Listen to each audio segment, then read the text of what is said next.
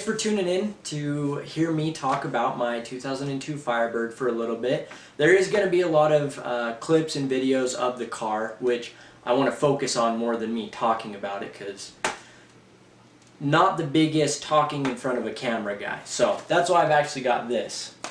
Got some notes on the key points I want to hit in talking about this car that I've driven for the last little bit. It's been my daily driver.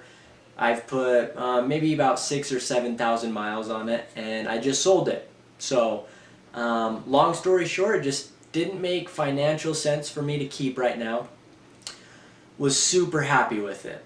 Loved the car. Such a fun car. But just financially right now I'm in a place where I need to get a little bit more of a cost-effective car.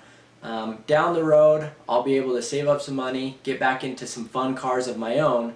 But in the meantime, I plan on making some videos of some other cool cars that I know about. So stay tuned for those. Should be some really cool cars. I'm going to get the owners to talk a little bit about them and show those off a little bit. But today, we are talking about a 2002 Pontiac Firebird Trans Am. Now, my specific car, it had long tube headers. It had a full exhaust system, an SLP loudmouth 2 exhaust that sounded phenomenal.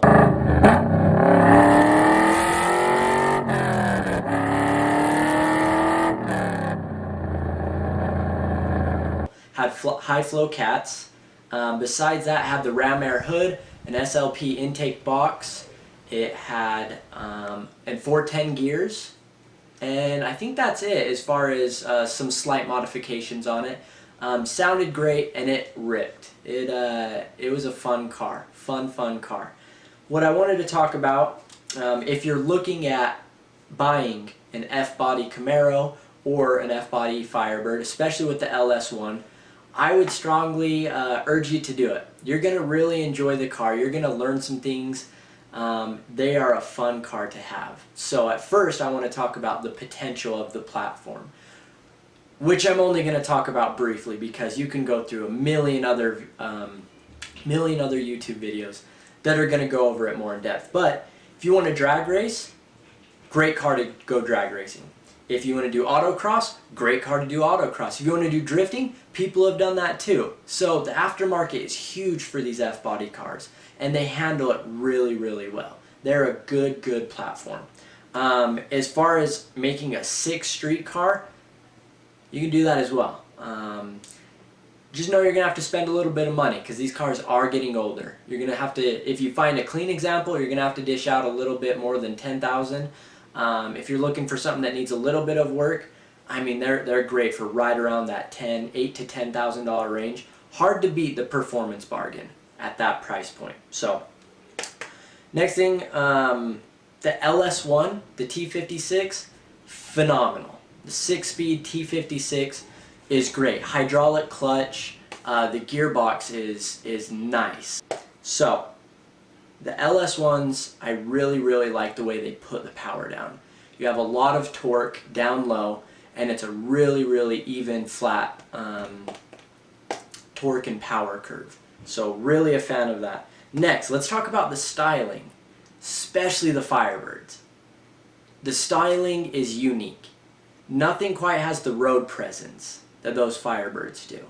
The C5 Corvettes, from a distance, you can kind of get confused. You might think it's a Corvette, but you get closer, you notice some of the more aggressive styling points on the Firebird. And I think that's what polarizes some people one way or another. Some people love it. I've heard of some people that hate it. I don't understand it, but I know they're out there. All I'm going to say is ram air hood, pop-up lights. Got some vents that look sick on the bumper as well as right behind the front wheel. You got honeycomb tail lights. You got a whale tail wing that's sick, and then T-tops and a hatchback. What else could you ask for? It's a Batmobile. Okay? You look at it on the street, you just think of Batmobile. Lot of cool styling points on those cars. A lot of people on all sides of the car enthusiast spectrum appreciate the Firebird styling because they're unique. It's a unique car, and it was done pretty well. Besides that, the interior on these cars isn't so bad. Yes, it's a 2000 GM product. Yes, if it's seen some sun the last 20 years, it's probably got cracks in it, or it's brittle and about to have cracks in it. So that is something you'll have to address.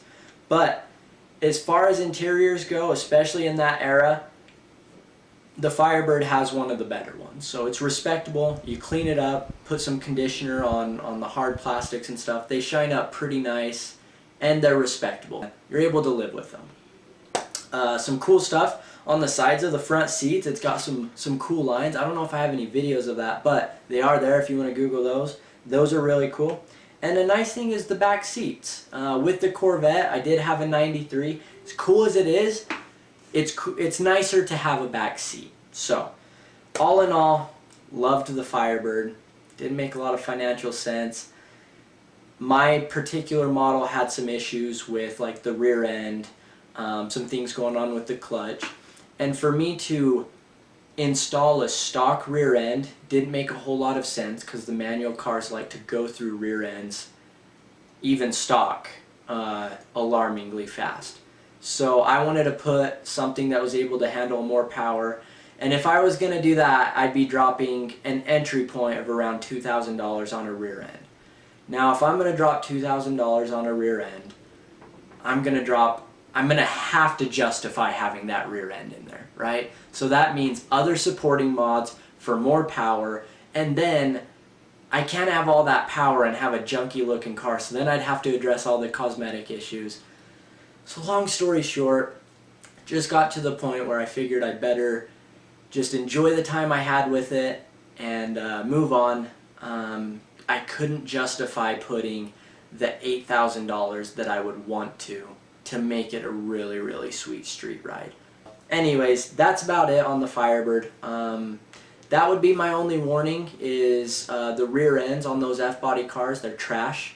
So you definitely, if you're wanting to make some power, you're going to have to look into that, and it's not a cheap mod. But without further ado, I'll show some other clips of like the exhaust that I captured. It sounds really good. And got a little bonus footage for you, racing a 2018 plus Coyote Mustang. So that was a lot of fun. Thanks.